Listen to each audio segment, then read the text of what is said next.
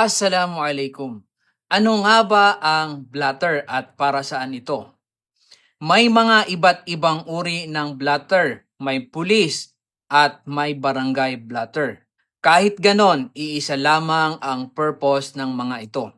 Ito ay opisyal na talaan ng pulisya o ng barangay kung saan isusulat ang lahat ng mga sumbong, krimen, insidente at mga pag-aresto sa isang komunidad.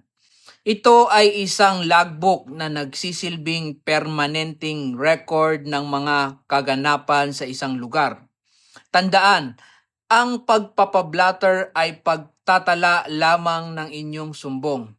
Hindi ibig sabihin nito ay nakasuhan na o makukulong na agad ang inireklamo mo. Tandaan din na hindi ito ebidensya para mapanagot ang gumawa ng krimen. Pinapatunayan lamang nito na may isang taong pumunta sa presinto o barangay at nag-ulat ng isang pangyayari. Ang nakasulat sa blotter ay kwento lamang ng nagrereklamo.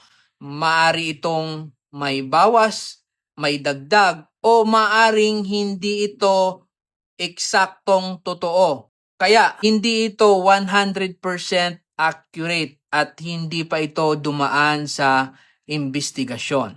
May natutunan ka na naman ba ngayong araw? I-like, i-share at i-comment ang inyong tanong.